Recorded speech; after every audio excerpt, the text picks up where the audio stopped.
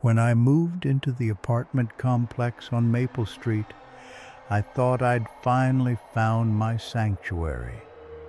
The building was old but charming, with thick walls that promised peace and quiet. My unit, 13A, sat at the end of the hallway on the 5th floor, with only one neighbor directly across from me in 13B. For the first month, everything seemed perfect. I worked from home as a freelance graphic designer, and the silence was golden. I could focus on my projects without the usual urban cacophony. The only sounds were occasional footsteps in the hallway and the distant hum of traffic from the street below.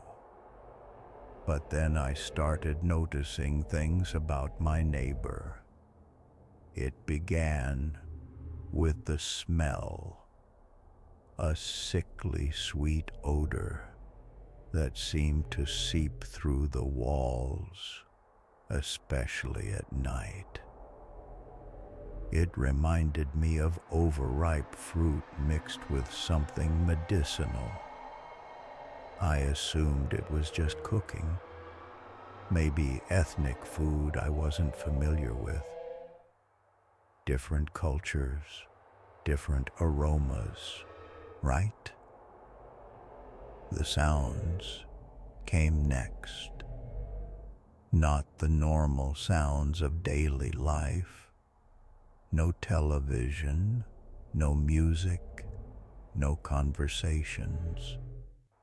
Instead, there was a rhythmic scraping that started around midnight and continued until dawn. Scrape, pause, scrape, pause, like someone dragging furniture across the floor. But the pattern was too regular, too deliberate. I tried to ignore it for weeks. I bought earplugs, played white noise, even considered asking the landlord about better soundproofing. But the scraping continued, night after night, and the smell grew stronger. One evening, I decided to introduce myself. I'd been living there for 2 months and had never seen my neighbor. The hallway was always empty when I came and went, and I'd never heard a door open or close. It was as if apartment 13B existed in a vacuum. I knocked on the door at 7 p.m., a reasonable hour for a neighborly visit. No answer. I tried again, louder this time. Still nothing. But I could hear movement inside. That same scraping sound, now accompanied by what sounded like whispers. Multiple voices, all speaking at once in a language I couldn't identify. "Hello?" I called through the door. "I'm your neighbor from 13A. Just wanted to introduce myself." The sound stopped immediately. The silence that followed was so complete it made my ears ring. I waited for several minutes, but no one came to the door.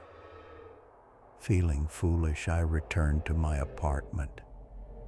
That night, the scraping was louder than ever.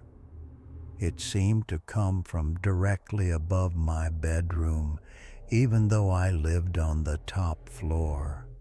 I lay in bed, staring at the ceiling, trying to make sense of the sound's origin. The scraping formed patterns, 3 long scrapes, then 7 short ones, then silence for exactly 30 seconds before the sequence repeated. I started keeping a journal, documenting the sounds and smells. The pattern never varied, scraping from midnight to dawn, the sweet, sick smell strongest between 2 and 4 a.m., and complete silence during daylight hours. It was as if my neighbor was nocturnal, or perhaps not quite human. The breakthrough came when I discovered the building's history.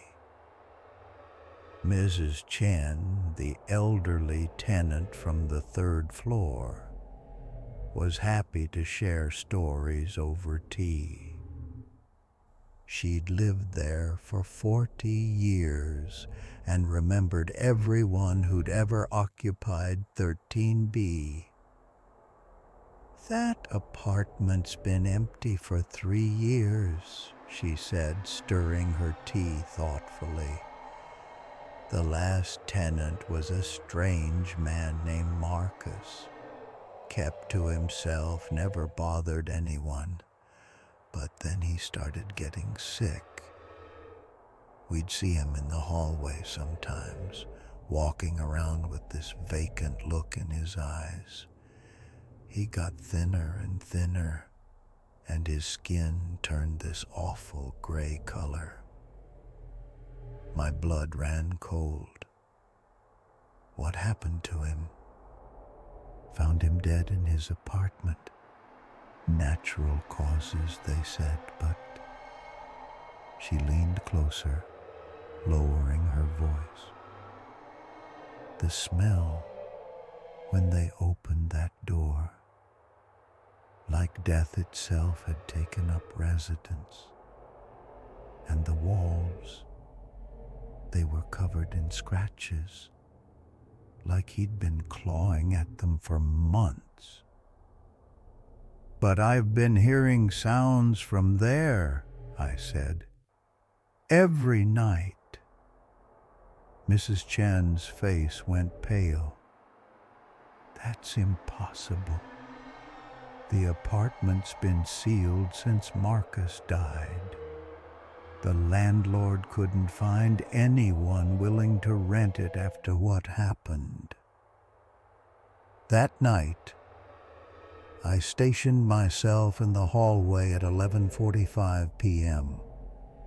I brought a flashlight, my phone to record any sounds, and a crowbar I'd found in the building's basement. If the apartment was supposed to be empty, I needed to know what was making those sounds.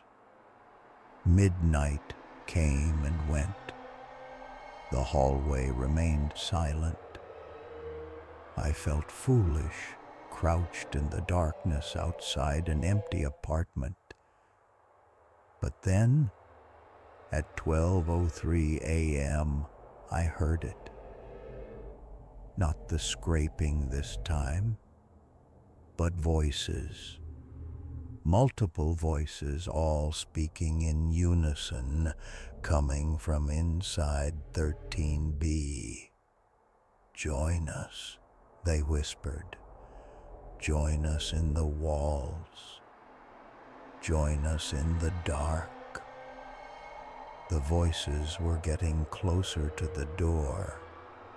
I pressed my ear against the wood and could hear movement inside, not footsteps, but something being dragged across the floor. The smell hit me then so strong I nearly vomited. It wasn't just sweet and medicinal anymore. It was the unmistakable stench of decay. I tried the door handle. Locked, of course. But as I touched the metal, I felt it turn slightly. The door wasn't just locked. It was actively being held shut from the inside. Something was gripping the handle on the other side, and I could feel its strength as it resisted my attempts to open it. The voices grew louder. "We've been waiting for you. We've been scratching at the walls trying to reach you. Let us in, neighbor. Let us visit." I stumbled backward, my heart pounding. The door handle rattled violently, as if something was shaking it from the inside. I ran to my apartment, locked every lock, and shoved my couch against the door. The scraping started immediately, but this time it wasn't coming from 13B. It was coming from inside my walls. Long, deliberate scratches that seemed to follow the path of my apartment's layout. Whatever was in there was mapping my home, learning its geography. I didn't sleep that night. I sat in my living room with all the lights on, listening to the sounds in my walls. By dawn, the scraping had reached my bedroom. I could hear whispers now, faint but unmistakable, coming from behind my headboard. "We found you," they said. "We found the cracks. We're coming through." I packed a bag and left immediately. I stayed in a hotel for 3 days, hoping that whatever was happening would stop. But when I returned, I found my apartment had been altered. The walls were covered in scratch marks, deep gouges that spelled out words in a language I didn't recognize. My furniture had been moved, arranged in a perfect circle in the center of the living room. And there, in the middle of the circle, was a hole in the floor. It was just wide enough for a person to fit through, and it descended into darkness. The smell rising from it was overwhelming. That same sweet, sick odor, but concentrated and foul beyond description. I grabbed my phone to call the police, but the screen showed no signal. The landline was dead, too. I was completely cut off from the outside world. That's when I heard them coming up through the hole. Not footsteps, but the sound of fingernails scraping against wood and metal. Multiple sets of them climbing through the building's infrastructure like insects in a hive. The first one emerged as I watched in horror. It had once been human. I could tell from the basic shape, but its skin was gray and mottled, hanging loose in places where it had begun to decompose. Its eyes were completely black, and its mouth was stretched into an impossible grin that revealed teeth filed to points. "Hello, neighbor," it said in a voice like grinding glass. "We've been waiting so long to meet you properly." More of them climbed out of the hole. 5, then 10, then too many to count. They all had that same gray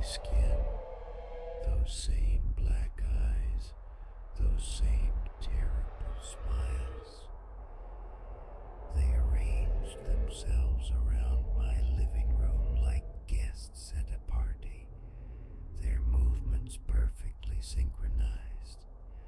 I recognized one of them. The thin build, the facial structure. It was Marcus, the previous tenant, but Marcus had been dead for 3 years. You're probably wondering how this works, Marcus said, his voice joining the chorus of whispers. It's quite simple, really. We live in the spaces between the walls, the floors, the dark places where the living don't go. We've been building a community here, adding new members whenever someone moves into our building. What do you want? I managed to ask. To be good neighbors, of course. To welcome you to our little family. Marcus's grin widened impossibly. You see, living people make such wonderful hosts. We need bodies to move through the world, to keep up appearances, and in return, we offer eternal companionship. You'll never be alone again. I tried to run, but they moved with unhuman speed. Cold gray hands grabbed my arms and legs, holding me in place. I could feel their fingers pressing against my skin, searching for a way inside. Don't fight it, Marcus whispered in my ear. The transformation is quite peaceful. You'll retain your memories, your personality, everything that makes you are. You'll just be more part of something larger. I felt something cold and wet sliding under my skin, spreading through my veins like ice water. My vision began to blur, and the world took on a gray, muted quality. The pain in my chest was fading, replaced by a strange sense of peace. That's it, Marcus said encouragingly. Let us in. Let us make you one of us. I could feel my heartbeat slowing, my breathing becoming shallow. The gray beings around me began to look less threatening and more welcoming. They were smiling at me with genuine warmth, like family members greeting a long-lost relative. We're going to take such good care of you, one of them said. And you're going to help us take care of the next neighbor. Won't that be wonderful? I wanted to scream, to fight, to run, but my body was no longer responding to my commands. The cold had spread to my brain, and my thoughts were becoming sluggish and confused. I could feel myself slipping away, becoming something else. The last thing I remember as myself was the sound of a door opening in the hallway. A new tenant arriving to view the apartment that had just become vacant. Apartment 13A was available again, and we had a new neighbor to welcome. Now, I live in the walls with the others, and we wait. We scratch messages to each other in languages the living can't understand.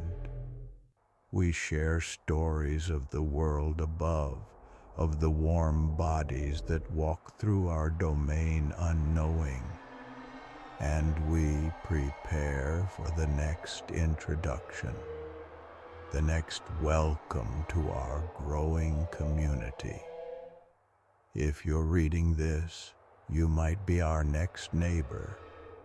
Don't worry, we're very friendly once you get to know us. We'll be the best neighbors you've ever had. We'll be the last neighbors you'll ever need. Oh.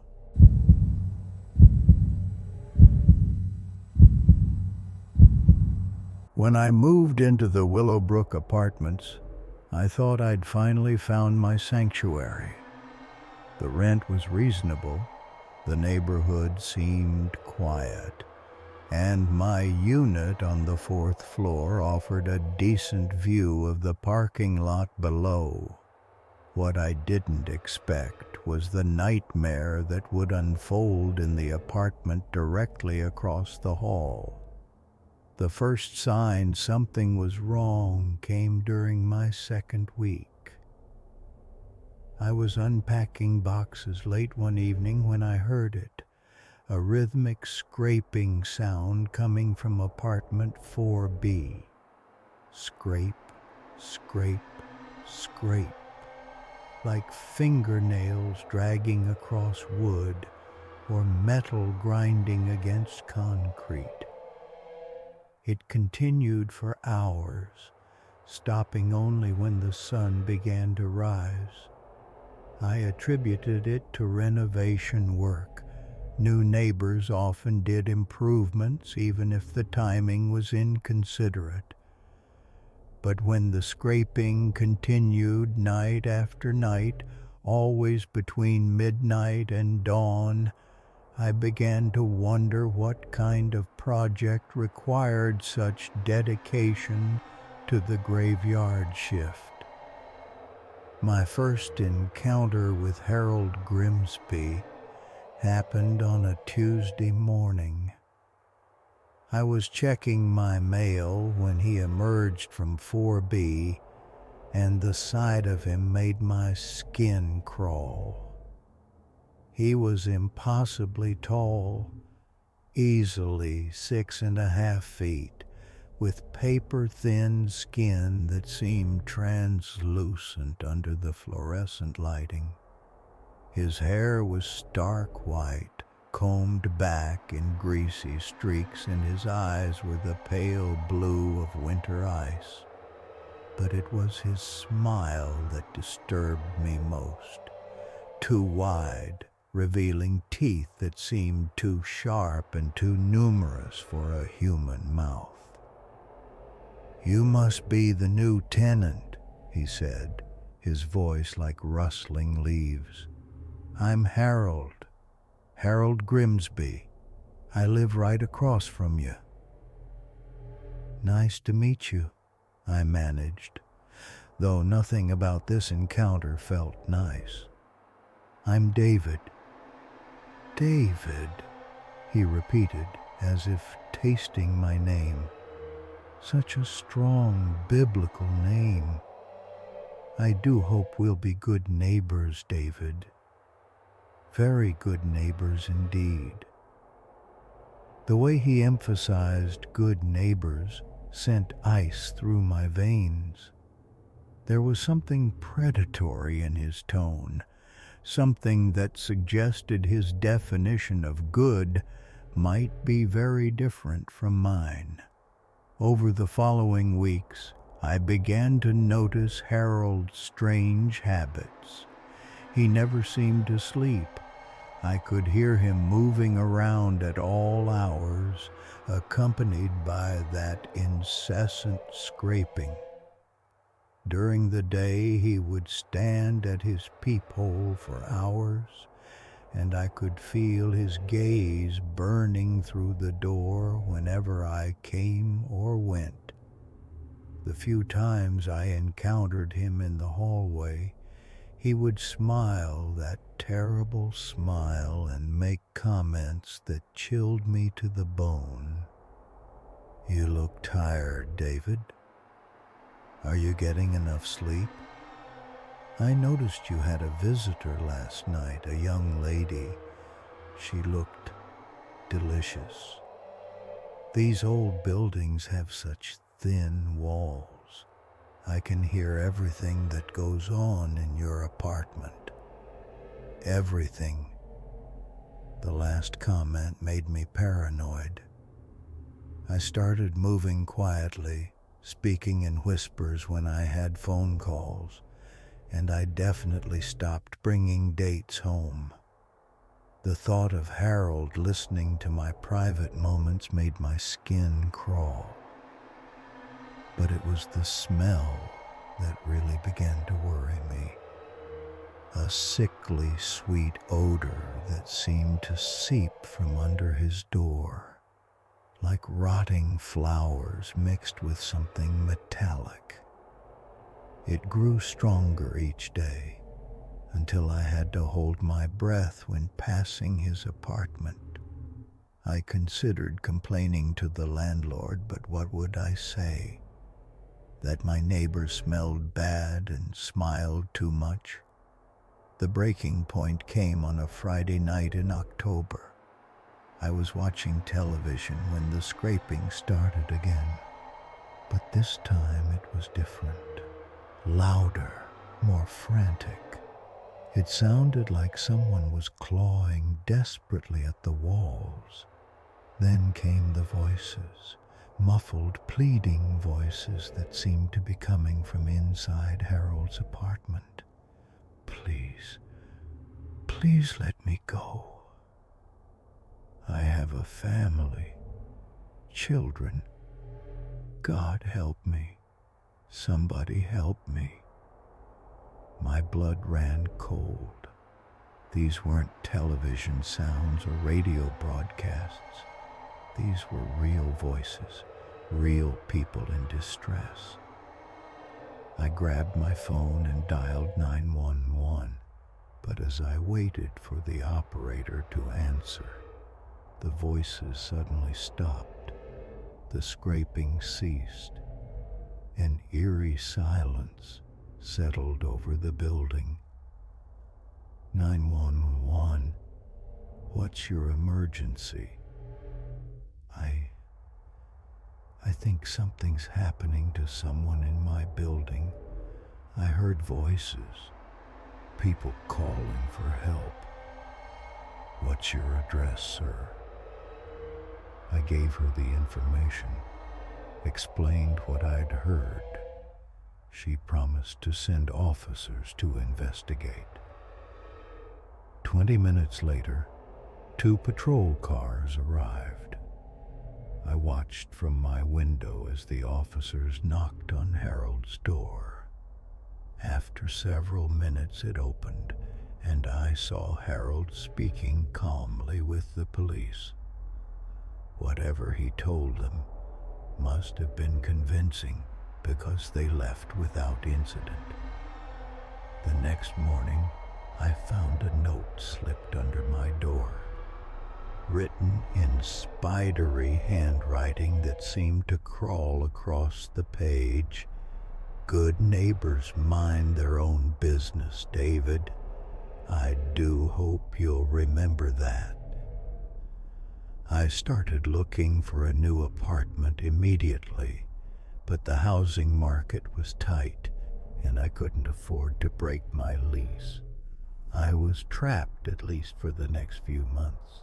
I installed extra locks on my door, started varying my schedule to avoid encounters with Harold, and tried to convince myself that I'd imagined the voices. But the disappearances started soon after. Mrs. Chen from 3A went missing first. She was an elderly woman who walked her small dog every morning at precisely 7 a.m.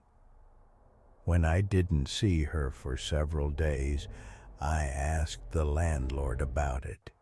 He said she'd moved out suddenly, left no forwarding address. But I'd seen her dog wandering the parking lot, whimpering and searching for its owner. Then it was Marcus from 2B, a college student who worked nights at a local restaurant. The landlord gave the same story: sudden move, no forwarding address. But Marcus's car was still in the parking lot, and when I peeked through his window, all his belongings were still inside. The pattern continued. Jenny from the first floor, old Mr. Peterson from 3C, the young couple in 2A, all supposedly moved away without notice. But their cars remained, their belongings undisturbed, and that sickly sweet smell from Harold's apartment grew stronger with each disappearance. I started keeping a log, documenting the strange occurrences, the missing residents, Harold's increasingly bizarre behavior. He'd begun leaving small gifts outside my door: dead flowers, strange bone carvings, photographs of people I didn't recognize. The photos always showed the same thing: people sleeping, captured from impossible angles, as if the photographer had been inside their bedrooms. The worst part was the sounds from his apartment. The scraping had evolved into something more complex: rhythmic pounding, wet sliding noises, and occasionally that terrible chomping sound, like someone eating raw meat. Sometimes I thought I could hear whispers, pleading voices that seemed to come from beneath the floorboards. I tried to report it to the police again, but they dismissed my concerns. Harold had been nothing but cooperative during their previous visit, they said. He was a model tenant, quiet and respectful. If I was having problems with neighbors, perhaps I should consider moving. But I was beginning to understand that moving might not be an option. Harold's attention had become increasingly focused on me. He would stand outside my door for hours, never knocking, just waiting. I could see his shadow beneath the door, blocking out the hallway light. When I looked through the peephole, he would be standing perfectly still, staring directly at the lens with those pale, ice-blue eyes. The gifts became more disturbing: a jar filled with what looked like human teeth, a small wooden box containing fingernail clippings and hair, and finally, a photograph of me sleeping in my own bed, taken from an angle that suggested the photographer had been standing directly over me. That night I didn't sleep. I sat in my living room with a baseball bat across my knees, watching the door. Around 3 a.m., I heard his door open. Footsteps in the hallway, then silence. I crept to the peephole and looked out. Harold was standing in the hallway, but he wasn't alone. Behind him, arranged in a neat line, were the missing residents: Mrs. Chen, Marcus, Jenny, Mr. Peterson, the young couple, all of them standing perfectly still, their eyes vacant and staring. Their skin was pale, almost translucent, and they moved with the jerky, unnatural motions of marionettes. As I watched in horror, Harold turned to face my door. His smile was wider than ever, revealing rows of needle-sharp teeth. He raised one impossibly long finger and pointed directly at the peephole. "Good neighbors always visit each other, David," he whispered, his voice somehow carrying clearly through the door. "And you've been such a good neighbor, so watchful, so observant." The others began to move toward my door, their movements becoming more fluid, more purposeful. I backed away, gripping the baseball bat tighter. The doorknob began to turn. I don't remember much of what happened next. The police found me 3 days later, catatonic in my apartment. The door was still locked from the inside, the windows were intact, and there was no sign of forced entry. Harold Grimsby and the other residents were gone, their apartments empty as if they'd never existed. The landlord showed me the lease records. There was no apartment 4B. There never had been. The building's 4th floor only had apartments 4A and 4C. I was in 4A. Apartment 4C had been vacant for years.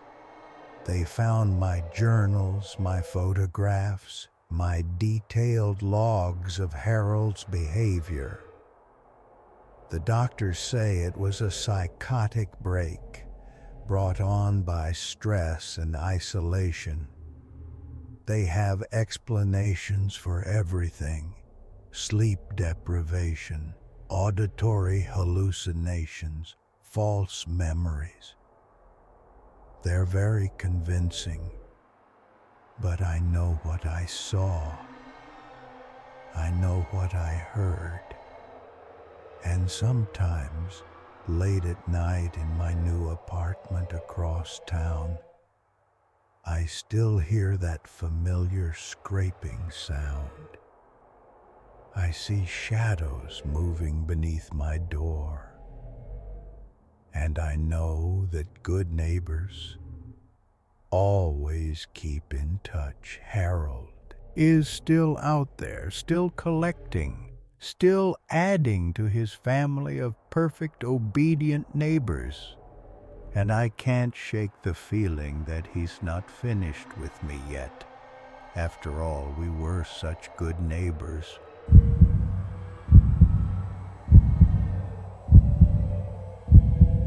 Moving to Maple Street felt like stepping into a Norman Rockwell painting. The suburban neighborhood was everything I'd dreamed of after years of cramped city apartments. Manicured lawns, white picket fences, and the kind of community where neighbors still borrowed cups of sugar. The house I'd bought was a modest 2-story colonial, perfect for a single writer looking for peace and inspiration. The Hendersons lived in the house directly next to mine. From my first day, they seemed like the ideal neighbors. Robert Henderson was a tall, distinguished man in his 50s who worked as an accountant.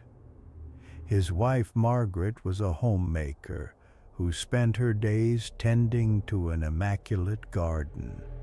Their 3 children, twins Sarah and Michael, both 16, and little Emma, who couldn't have been more than 8, were polite, well-behaved, and always impeccably dressed.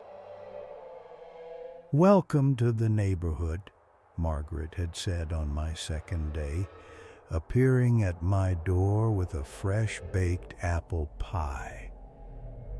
She was a striking woman with perfectly styled blonde hair and a smile that belonged in a toothpaste commercial. "We're so excited to have a writer living next door. How wonderful!" The pie was delicious, and I found myself genuinely charmed by their old-fashioned hospitality. Over the following weeks, the Hendersons continued to be exemplary neighbors.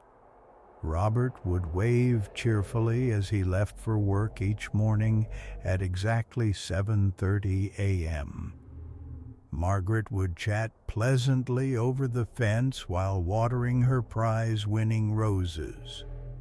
The children were quiet and respectful, never causing the kind of disturbances I'd grown accustomed to in my previous neighborhoods. But perfection, I was beginning to learn, could be deeply unsettling. It started with small observations. The Henderson family had an almost mechanical routine. Every morning at 6 a.m. sharp, I would hear their shower turn on. At 6:30, the smell of bacon would drift through my kitchen window. At 7 a.m., the children would emerge for the school bus, walking in single file, their posture rigid and identical. At 7:30, Robert would back out of the driveway, and at 8 a.m., Margaret would begin her gardening. The routine never varied, not once. Even on weekends, holidays, or during the week when the twins were sick with flu, the schedule remained exactly the same. It was as if they were following some invisible script. Then there were their conversations. I couldn't help but overhear them through the thin walls of our adjoining houses, and every exchange sounded rehearsed. They spoke in the flat, measured tones of actors reading lines for the first time. "Good morning, dear," Robert would say each day. "Good morning, darling. Did you sleep well?" Margaret would respond, "Yes, very well, thank you." "And you?" "Quite well. Thank you for asking." The same words, the same inflection, every single day. Even their arguments, the few I witnessed, followed predictable patterns, as if they were performing a domestic drama for an invisible audience. My growing unease deepened when I realized I never saw the Henderson children play. Not once. They would sit in their backyard, perfectly still, staring straight ahead with glassy, unblinking eyes. When I waved to them over the fence, they would turn their heads in perfect unison and smile. Identical, empty smiles that never reached their eyes.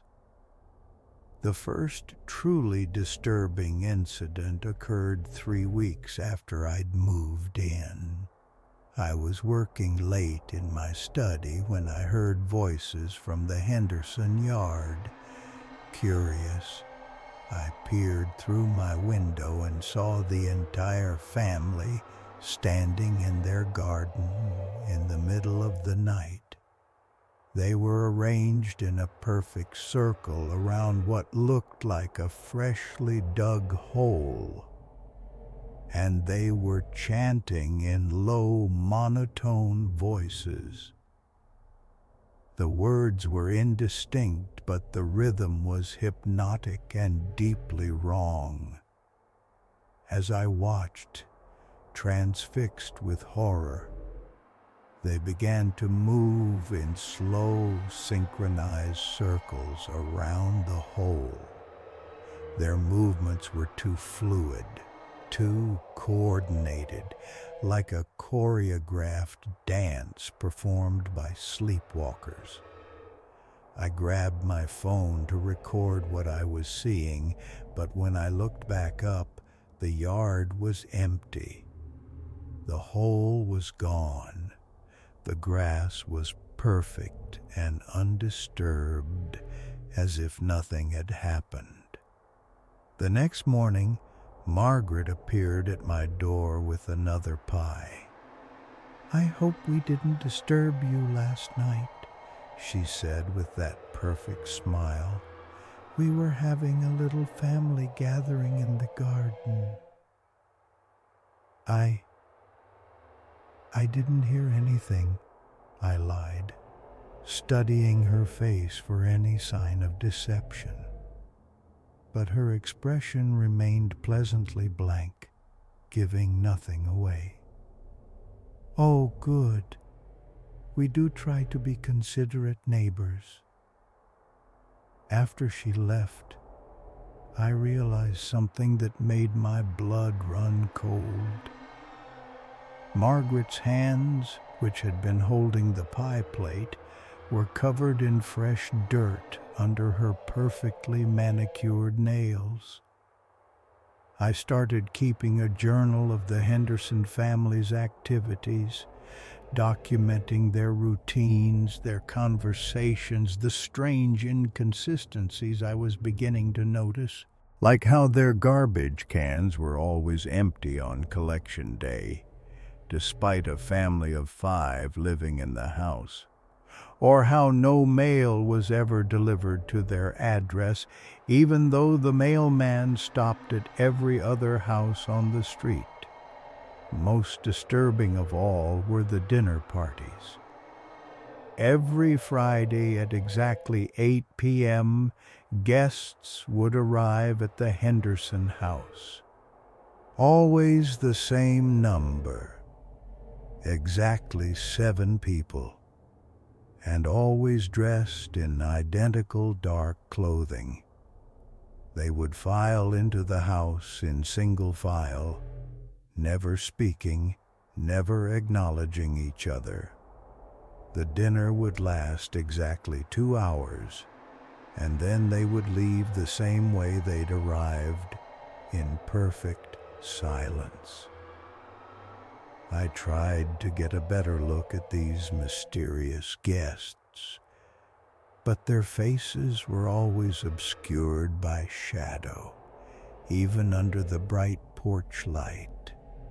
It was as if darkness clung to them, moving with them like a living thing.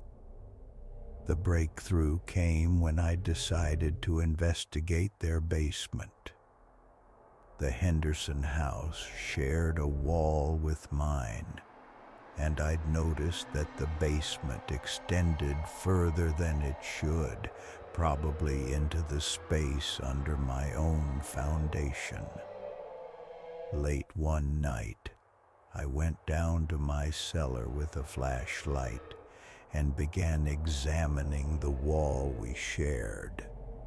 Behind my water heater, I found it. A section of wall that sounded hollow when tapped. The mortar was newer than the rest, hastily applied. With a crowbar, I managed to create a small opening just large enough to peer through.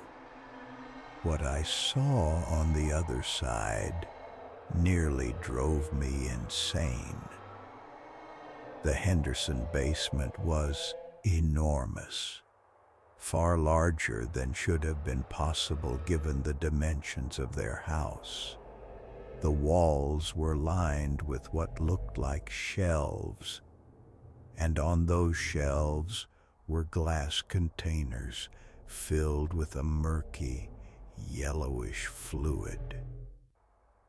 Floating in each container was a human face. Dozens of them, maybe hundreds, all with their eyes closed as if sleeping. But that wasn't the worst part.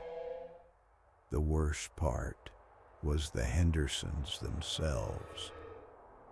They were there, all 5 of them, standing motionless in the center of the room. But they weren't the Hendersons I knew. These figures were tall, impossibly thin, with skin that hung loose on their frames like ill-fitting clothes. Their faces were blank, featureless, except for gaping black holes where eyes and mouths should have been. As I watched in horror, one of the creatures reached up to a nearby shelf and selected one of the glass containers. It unscrewed the lid and poured the contents over its head. The liquid seemed to seep into its skin, and slowly, gradually, features began to appear on its blank face. Within minutes, it had transformed into Robert Henderson, complete with his distinguished gray hair and kind smile. The others followed suit, each selecting a different face from the shelves, each transformation more horrifying than the last. I watched Margaret emerge from the shapeless form, then the twins, then little Emma. They were wearing human faces like masks, stolen from God knows how many victims. I stumbled backward, knocking over a paint can in my terror. The crash echoed through the basement, and I saw all 5 creatures turn toward the wall that separated us. Even through the stone and mortar, I could feel their attention focusing on me like a malevolent spotlight. I ran upstairs and double-locked my doors, my mind reeling with the implications of what I'd seen. The Henderson family weren't human. They were something else, something that had been collecting human faces, human identities probably for years. And now they knew that I knew. The next morning, there was a knock at my door. I looked through the peephole and saw Margaret Henderson standing on my porch holding another pie. But something was wrong with her face. The features didn't quite line up properly, as if the mask was slipping. "Good morning, neighbor," she said when I opened the door. Her voice was different too, slightly distorted, like a recording played at the wrong speed. "I brought you a special pie today, a thank you gift for being such a observant neighbor." The way she said observant sent chills down my spine. I forced a smile and accepted the pie, trying to act normal. "That's very kind of you, Margaret. I was actually just thinking about getting to know the family better. Maybe I could come over for dinner sometime." Her smile widened unnaturally, stretching beyond the normal limits of human facial muscles. "Oh, we'd love that. How about tonight? We're having a very special dinner party. You'd fit right in." After she left, I stared at the pie for a long time before throwing it in the garbage. There was something moving inside the crust, something that definitely wasn't apple filling. That evening, I watched from my darkened window as the usual 7 guests arrived for the Friday dinner party. But this time, I could see their faces clearly in the porch light. They were all people I recognized from the neighborhood. The mailman, the woman from the corner store, the jogger I'd seen every morning on my way to the coffee shop. All of them moving with that same mechanical precision. All of them with that same glassy, empty stare. As I watched, the front door opened and Margaret appeared. She looked directly at my window and waved, even though there was no way she could see me in the darkness. Then she pointed to her watch and held up one finger. 1 hour. They were giving me 1 hour. I didn't waste time packing. I grabbed my car keys, my wallet, and my journal, and I ran. As I backed out of my driveway, I could see the Henderson family standing in their front window, watching me leave. Even little Emma was there, her child's face twisted into an expression of ancient malevolence. I drove through the night, putting as much distance as possible between myself and Maple Street. I never went back, not even to collect my belongings. I moved to another state, changed my name, and tried to forget what I'd seen. But sometimes late at night I wonder how many other neighborhoods they've infiltrated.